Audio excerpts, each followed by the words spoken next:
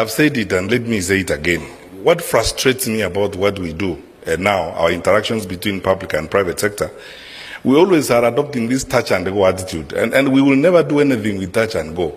No, we're just running around making speeches here, speech there, speech the other place.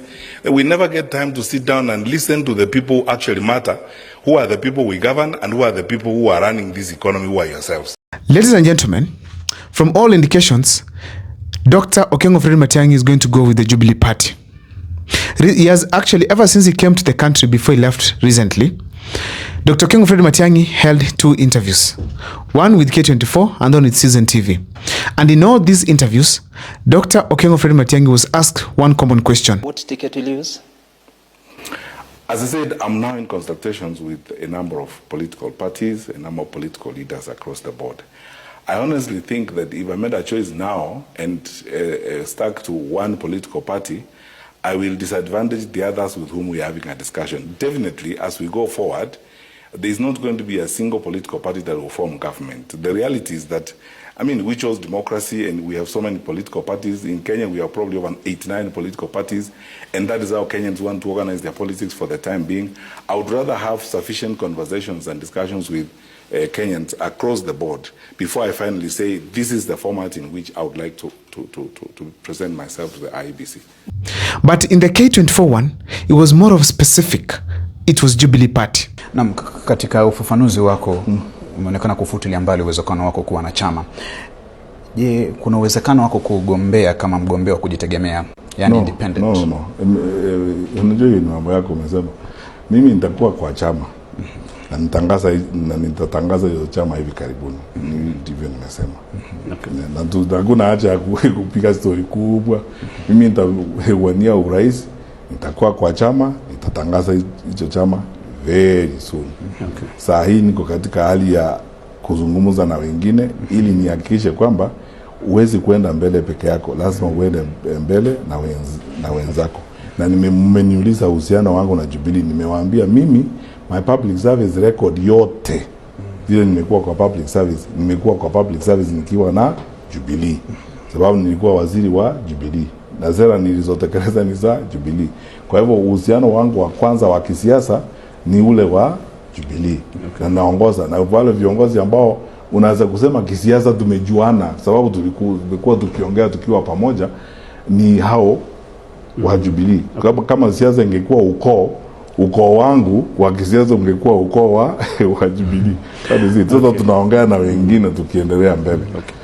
In the sense that it was giving more advantages of him working with the Jubilee Party than any other party within his arrangement. Now, also considering the current political status, the current political times, Dr. Okengo Fred Matiangi might not be able to come up with a new party. He's likely going to go with one of the parties that he has. And checking from all things that Dr. Okengo Fred Matiangi is saying, he's likely to go with the Jubilee Party. Ladies and gentlemen, Matiangi has also given some tangible reason here that in the Kenyan politics, people are using political parties to rebrand themselves. A corrupt leader can come on board, come with a different outfit, he's seen as a good leader. So he wants to change that mentality. Now, the fact remains that Dr. Okengo Fred Matiangi is giving reasons for him not to come up with a new party. So even if it cannot be Jubilee, it will be a party that has already been there, that has already been established, a party that has existed for some time now. So, ladies and gentlemen, on this particular video, I want to give you reasons as to why I think Dr. Okengo Fred Matiangi is going to go with the Jubilee Party. But before I take you through, if this is the first time you're watching my videos at Mukwa Times, kindly take a second or two to subscribe, like, and comment, because that is the best support you can always give this channel. Without much wasting of time, let me dive into this topic today. What are my reasons as to why Dr. Okengo Fred Matiangi might be joining the Jubilee Party? Number one, Dr. Okengo Fred Matiangi was part and parcel of the making of the Jubilee Party. If you remember, Jubilee Party was formed in 2017 after merging the TNO of Uhuru Kenyatta and URP of William Ruto. And as we speak today, we all know that Dr. Okengo Fred Matiangi was part and parcel of the TNA group, or maybe Uhuru Kenyatta's team. And we all know that in the elections, even in campaigns, Dr. Okengo Fred Matiangi played a significant role within Uhuru Kenyatta's team. And now it is very clear that Dr. Okengo Fred Matiangi was part and parcel of the making of that Jubilee Party. So he understands its making, its operations very well. Also, ladies and gentlemen, Dr. King Fred Matiangi reiterated very well on K24 that the chance he got to perform as an interior cabinet secretary, it was there within the Jubilee Party. Every manifesto, every agenda that he was pushing, every achievement that he made it on behalf of the Jubilee Party. That was showing the relationship that he has with the Jubilee Party, which makes him more likely to go with the Jubilee Party than any other. And actually, it will not be good to abandon Jubilee, your party, and go to the other party in the name of trying to impress someone. So the best decision he has is to go with Jubilee Party or create his own party. So, ladies and gentlemen, as we speak today, Dr. King Fred Matiangi was part and parcel of the making of the Jubilee Party. Apart from that, all the URP team, led by Aden Duale and William Ruto, they shifted to UDA. So the Jubilee Party is simply the TNA team, sorry. So as we speak today, the TNA team is still in the Jubilee Party. And if things stand the way they are, then Jubilee Party is actually now more of Uhuru Kenyatta than William Ruto. And considering Uhuru Kenyatta is the party leader, the Jubilee Party, as we speak today, it is much more early than likely to take Dr. King Fred Matiangi as their presidential candidate. It has also been said before, not once, not twice, but several times. The Secretary General Jeremiah Kioni has always been saying that the Jubilee Party, it is going to present Dr. King Fred Matiangi as their candidate. Reason number 2. The financial support that Matiangi needs. But now, how do you plan to finance your campaign? I don't think that's for public discussion, but the truth of the matter is that when you go into a campaign, you engage with, you seek donors and support. People support you for your campaign. I'll seek support from well-wishers and those who believe in me or believe in my leadership and those who want to work with me to support our campaign. I have no money to bribe people and go pay voters and so on and so forth, but I would ask for support from friends and well-wishers like anyone does.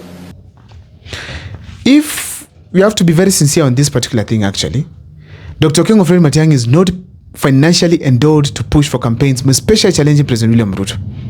He will therefore need more financial support. Some of the people to support Dr. King Fred Matiangi are within the Jubilee Party. Talk of Uhuru Kenyatta. Uhuru Kenyatta cannot quit the party. Talk of the Mount Kenya billionaires who feel the sense of supporting politicians than any other region in this country. So for Dr. King Fred Matiangi to even get some of this support, he cannot abandon his friends in Jubilee. He cannot abandon them in Jubilee and tell them, no, I need a different arrangement. Why? This will show mistrust among them. So they have to continue their previous relationship, work together, because these billionaires have been friends with the Matiangi. So they cannot part ways when the Matiangi is going to vie for president and then welcome them to his party. No, it's ideal if they sit down and work together and craft their way forward. So therefore, the financial support Dr. King Fred Matiangi needs, he will be able to get easily with these people when they feel free that even if they are supporting Matiangi, they are part of the team. So the support will be much more higher than how Matiangi can be able to go to his party and be able to ask these people to support him in return. So, ladies and gentlemen, it was the best decision if he needed the financial support. Another thing, it's to avoid the tribal tag. Dr. King Fred Matiangi is avoiding this idea that when you start your party, it is taken to be a Kisi, Kikuyu, or maybe it is taken to be a Luo party. So he wants to make it easier for other politicians to also join other parties. So if he decides he's from the Gusii region, he decides to go to the Jubilee Party, he's avoiding the tribal tag in that the Jubilee Party or the party that he has is coming from the Gusii region. So it is entirely for the Gusii people. In a nutshell, he's trying to be national when it comes to the political party decisions, which is essential with the youths. And also, I think the current reasoning we have as Kenyans, it is that it's not all about the tribal numbers. It's not all about the tribal setup. It's not all about the tribal decision making. It's not about the tribal parties. It's about someone who can be able to deliver for this country. Now, another thing that I observed, the reason actually as to why I feel strongly that Dr. King Fred Matiangi settled on the Jubilee Party, it's because of the existing structures of Jubilee Party. It has allies from, first it has leadership. Already, people in operation, members of parliament, more than 20 of them. It also has structures across the country. People, officers are all over. So if they decide to work with it right now, there will be no much to be done but to make them better. So in a nutshell, Dr. Okengo Fred Matiangi, as we speak today, he made a decision based on the existing structures to establish a political party in this country, make it national, have offices across, have leadership all the way from the flag bearer to the grassroots agent there. It's not easy. So therefore, Dr. Okengo Fred Matiangi felt that because he's also new in politics, he cannot have entirely something new. Let him at least have something that has been existing to supplement his new coming in politics, new entry in politics. So I feel strongly that Dr. Okengo Fred Matiangi made a good decision on that, based on that reason that he's also new in politics. He cannot have everything new people to operate with. He has new party, new structures. It will be very difficult to dismantle President William Ruto in various parts of this country. Also, ladies and gentlemen, as we speak today, the Mount Kenya votes matter in a general election. And Dr. Okengo Fred Matiangi, he feels strongly that having a party they're used to, it can be easy for them to vote. Now that they have representation, it can be easy for them to speak in support of Dr. Okengo Fred Matiangi. And that is very key. If you had Gachagwa's support, because we know very well that Mount Kenya has not been entirely having 100% support to one party.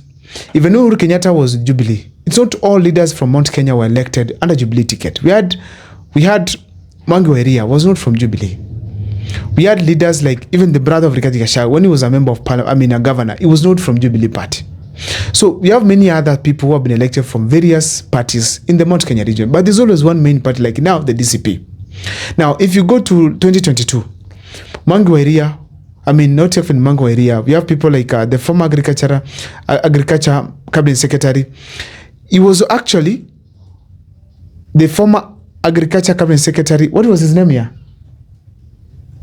Now, the former agricultural cabinet secretary, Mwangi Kionjuri, he has a party and he was elected with it. Even we have some other people who elected UDA, some with Jubilee party. So there has not been that complete domination of the Mount Kenya region in terms of parties. But there's always one that emerges. And in this case, I'm very sure it is the DCP party that Rigathi Gachagua, being the leader of the Mount Kenya region, is seriously pushing for. So that is my reasoning as far as Dr. Okengo Fred Matiangi's decision making is concerned. Please, on the comment section, feel free to share with me on what you think. See you next time for more videos. My name is Abel Mogwa.